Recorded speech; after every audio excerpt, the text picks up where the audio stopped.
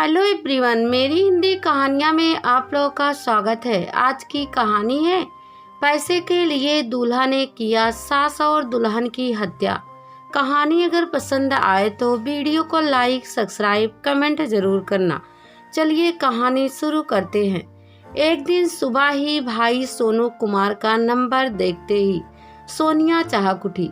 उसने फोन उठाया तो सोनू ने कहा, आज रात मैंने नीसू और उसकी माँ जयंती की हत्या कर दी। उन दोनों की लाशें घर में पड़ी हुई है। मैं बच्चों को साथ लेकर तेरे पास आ रहा हूँ। भाई का फोन रिसीव करते ही उसकी खुशियाँ काफूर हो गई। इससे पहले कि सोनिया उससे कुछ बात कर पाती, सोनू ने फोन काट दिया। भाई की बात सुनते ही उसका माथा घूम गया। उसे विश्वास ही नहीं हो रहा था कि उसका भाई जो कह रहा था वह सच था या वह मजाक कर रहा था। भाई की बात सुनते ही सोनिया सदमे में पहुंच गई। उसने उसके बाद कई बार भाई के मोबाइल पर कॉल लगाने की कोशिश की, लेकिन उसने रिसीव नहीं की। उसके बाद सच्चाई जानने के लिए उसने अपने ममेरे भाई रामपाल को फोन कर भाई सोनू के घर की स्थिति जानने के लिए भेजा। ममेरा भाई रामपाल उसके घर पहुंचा तो घर पर बाहर से ताला लगा हुआ था। उसने उसके पड़ोसियों से सोनू के बारे में जानकारी लेनी चाहिए तो किसी से भी कुछ जानकारी नहीं मिल पाई। उसके बाद रामपाल सिंह सीधे जसपुर कोतवाली पहुंचा। कोतवाली पहुंचते ही उसने कोतवाल के सामने सारी हकीकत रख दी।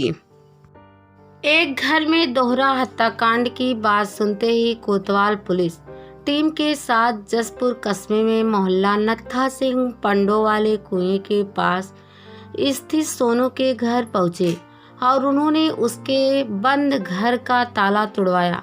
पुलिस जैसे ही घर के अंदर घुसी, वहां का दृश्य दिल को दहलाने वाला था। एक कमरे में सोनू की 35 वर्षीय पत्नी नीसू की खून से लथपथ लाश पड़ी हुई थी। दूसरे कमरे में उसकी 55 वर्षीय सास जयंती की चारपाई पर लाश पड़ी हुई थी। जयंती का शव रजाई से ढका हुआ था। दोनों की एक ही तरह हत्या की गई थी। दोनों के गर्दन और शरीर पर पाटल के कई निशान मौजूद थे। दोनों को मौत की नींद सुलाने के बाद सोनू घर से फरार हो गया था। इस दोहरे हत्याकांड की जानकारी लगते ही पूरे शहर में सनसनी फैल गई। जिसने भी सुना वह घटना की जानकारी लेने के लिए सोनू के घर पहुंचने लगा। देखते ही देखते वहां पर लोगों का हुजूम उमड़ पड़ा। इस घटना की सूचना पर एसपी जानकारी लेने के लिए घटना स्थल पर पहुंचे।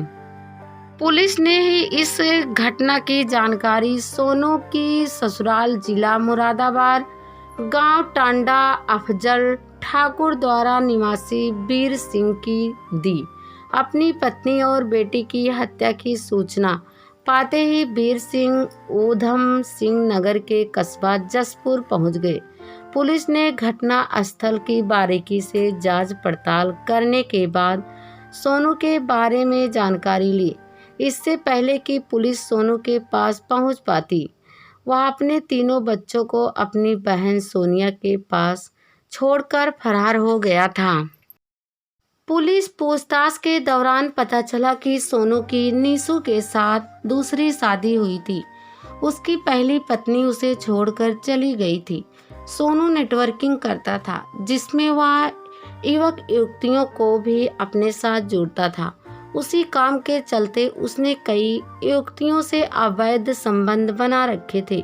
सोनू की बीवी नीसू उसकी इन हरकतों से परेशान थी, जिसके कारण वह अपनी पत्नी से नफरत करने लगा था। उसी नफरत के चलते उसने अपनी पत्नी नीसू और सास की हत्या कर दी होगी। सोनू कुमार के बारे में विस्तृत जानकारी जुटाकर पुलिस ने सास बहू दोनों की लाशों का पंचनामा भरकर उन्हें पोस्टमार्टम हेतु भिजवा दिया था। इस डबल मर्डर मामले के जल्दी खुलासे के लिए काशीपुर एसपी एसओजी की टीम को भी लगा दिया। आरोपी सोनू की गिरफ्तारी के लिए एसओजी की गई टीमें गठित की गई। एसओजी प्रभारी कमलेश भट्ट ने सोनू के मोबाइल नंबर को सर्विलांस पर लगाया तो उसका मोबाइल स्विच ऑफ मिला। उसी दौरान पता चला कि सोनू बिजनौर के धामपुर कस्बे में देखा गया था, लेकिन मोबाइल बंद होने के कारण पुलिस उसकी लोकेशन का पता नहीं कर पा रही थी। पुलिस जांच पड़ताल के दौरान सोनू की बहन सोनिया ने पुलिस को बताया कि सोनू ने उससे बात करते वक्त कहा था कि उसने अपनी पत्नी और सास को खत्म कर दिया है, अब वह स्वयं भी आत्महत्या करने जा रहा है। उसके बाद से ही उसका मोबाइल बंद आ रहा है। इस जानकारी के मिलते ही पुलिस ने सोचा कि कहीं सोनू ने कुछ जहरीला पदार्थ खाकर आत्महत्या तो नहीं कर ली। उसके बाद पुलिस ने उसे हर संभव स्थान पर खोजा, लेकिन वह कार किसकी थी, इस बात की जानकारी किसी को नहीं थी। पुलिस ने हर संभव स्थान पर उसकी तलाश की, लेकिन उसका कहीं भी अता पता नहीं चला सका। उसी दौरान मृतका निशु के भाई सौरभ कुमार ने सोनू कुमार के खिलाफ जसपुर कोतवाली में रिपोर्ट दर्ज करा दी। सोनू के खिलाफ रिपोर्ट दर्ज होते ही एसओजी टीम एक्शन में आ गई। पुलिस की कई टीमें जिला बिजनौर, मुरादाबाद, अमरोहा आदि क्षेत्रों में रवाना हुई, लेकिन कहीं से भी उसकी लोकेशन ट्रेस नहीं हो पाई। पुलिस सोनू की तलाश में इधर उधर भटक रही थी। उसी दौरान गाजियाबाद रेलवे स्टेशन के नज़दीक रेलवे ट्रैक पर रेलवे पुलिस फोर्स आरपीएफ के जवानों को एक व्यक्ति की लाश पड़ी मिली। आरपीएफ के जवानों ने उसकी सूचना कबीरनगर थाना प्रभारी आनंद प्रकाश मिश्र को दी। लाश की सूचना पर कबीरनगर थाना पुलिस घटना स्थल पर पहुंची। पुलिस ने पहुंचते ही मृतक की जेब की तलाशी ली तो उसमें एक पॉकेट डायरी और आधार कार्ड मिला। उसकी जेब से एक सोसाइटी नोट भी मिला जिसमें लिखा था, मैं सोनू कुमार निशु की मौत का जिम्मेदार हूँ। आधार कार्ड के माध्यम से मृतक की पहचान जसपुर उत्तराखंड निवासी सोनू के रूप में हुई। कबीरनगर थाना प्रभारी आनंद प्रकाश मिश्र ने उत्तराखंड एसओजी प्रभारी कमलेश भट्ट को फोन पर मामले की जानकारी दी। इस जानकारी के मिलते ही जसपुर कोतवाल ने उसके घर सूचना दी। सोनू के आत्महत्या करने की जानकारी मिलते ही उसके घर वाले और जसपुर पुलिस तुरंत ही गाजियाबाद पहुंची, जहां पर पुलिस ने अपनी कार्रवाई करते हुए उसकी लाश उसकी बहनों को सौंप दी। सोनू के खत्म होते ही एक परिवार पूरी तरह से खत्म हो गया। मृतक सोनू के तीनों बच्चे उसकी बहन के पास अमरोहा में थे। सोनू ने अपने सुसाइड नोट में लिखा था, निशु मैं तुझे बहुत ही प्यार करता था। फिर ऐसा क्या हुआ कि अचानक दोनों के बीच की डोर इतनी कमजोर पड़ गई कि सोनू को इतना बड़ा कदम उठाने को मजबूर होना पड़ा। इसकी जो हकीकत सामने आई वह इस प्रकार थी। उत्तराखंड के जिला ऊधम सिंह नगर का एक कस्बा है जसपुर। इसी कस्बे में ठाकुर मंदिर के ठीक पीछे स्थित मोहल्ले में रहता था कैलाश नाथ का परिवार। कैलाश नाथ के 5 बच्चे थे, 4 बेटियां और इकलौता बेटा सोनू कुमार। कैलाश नाथ ने समय से ही सभी बच्चों की शादी कर अपनी जिम्मेदारी पूरी कर ली थी। बच्चों की शादी होने के बाद ही कैलाशनाथ और उनकी पत्नी की मौत हो गई थी। माँ बाप की मौत के बाद सोनू अपनी बीवी राजवती के साथ रह रहा था।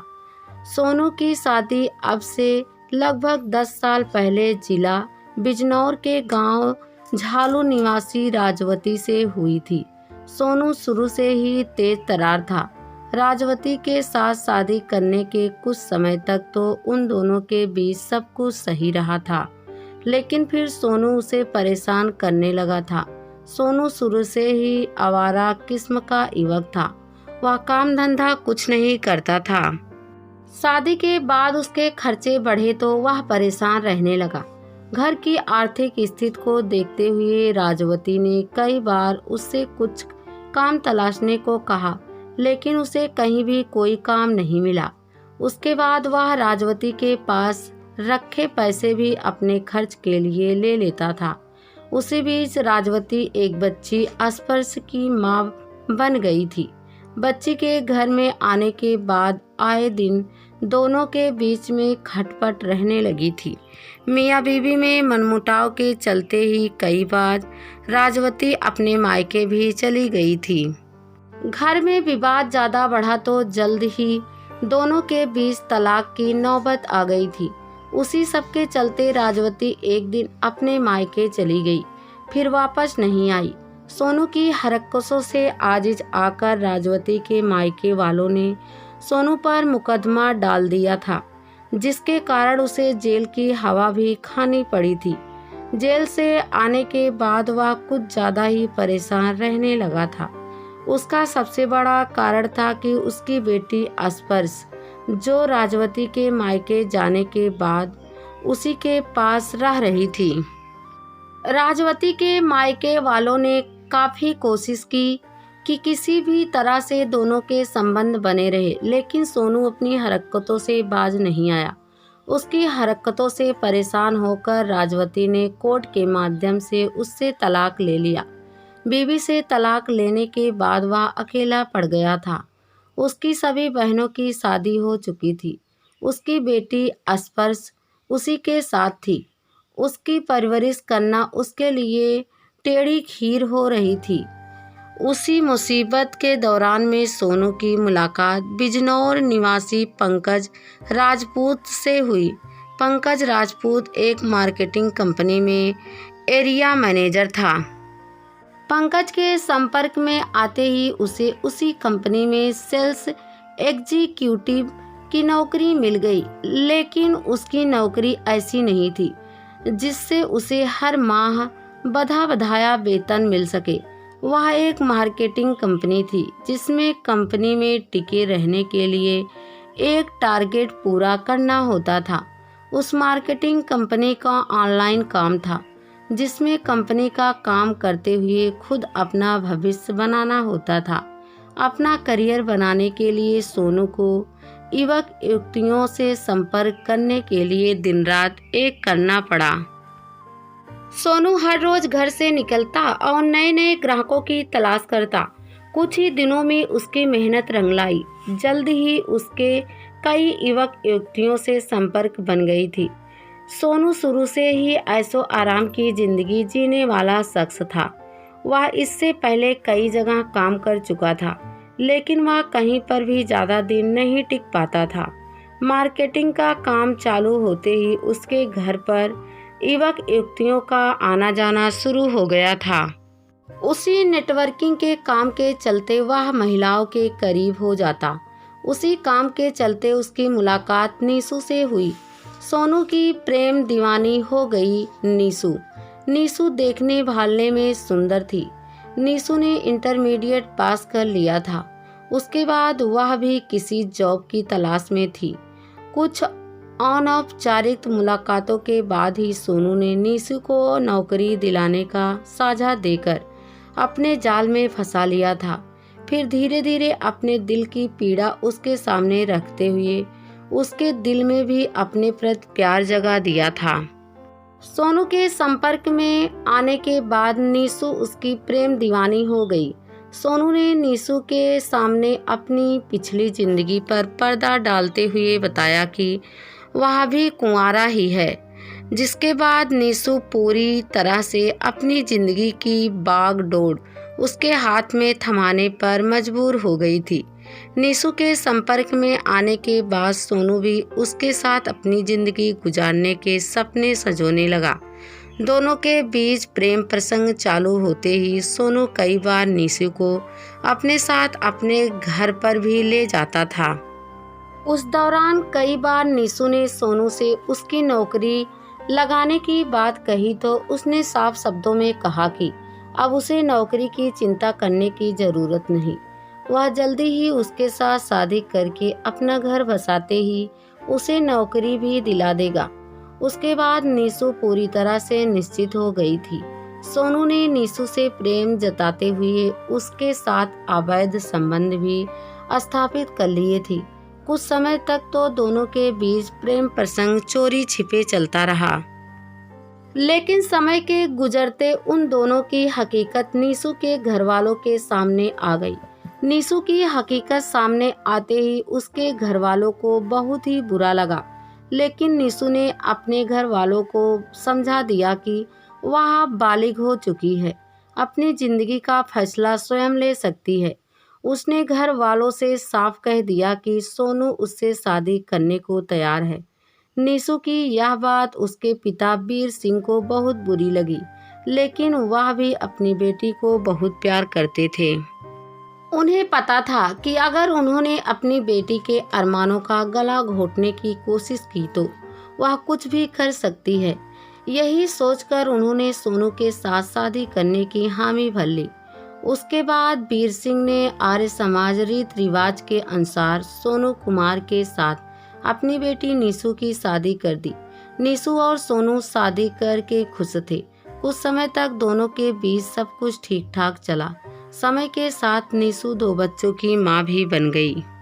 उसकी नौकरी तो नहीं लग पाई, लेकिन वह अपने 2 बच्चों अस्तित और ओम सिंह के साथ साथ सोनू की पहली बीवी की बेटी स्पर्श का भी ठीक प्रकार से लालन पालन कर रही थी। सोनू का नेटवर्किंग का काम था। उसकी कमाई अपने ग्रुप में सदस्य जोड़ने के बाद ही हो पाती थी। इसी कारण वह हर वक्त नए सदस्यों की तलाश में जुटा रहता था। वह अपने संपर्क में आने वाले युवक युवतियों को कंपनी में काम दिलाने का साझा देकर फंसा लेता, फिर उन पर काफी खर्च भी करता था, जिससे युवक युवतियों उसके रहन सहन और ठाट बाट को देखकर जल्द ही उससे प्रभावित हो जाते थे। सोनू लंगोट का बहुत ही कच्चा था। कोई भी सुंदर युवती उसके संपर्क में आती तो उसे देखकर उसे पाने की लालसा जाग जाती। नौकरी का लालच दिखाकर वह हर युवती के साथ यौन संबंध बनाने की लालसा करने लगता था, जिसके कारण कमाई से ज्यादा वह खर्च करने लगा था। यही कारण रहा कि जल्दी ही उसे आर्थिक तंगी से गुजरना पड़ा। वह पैसों के लिए तरसने लगा।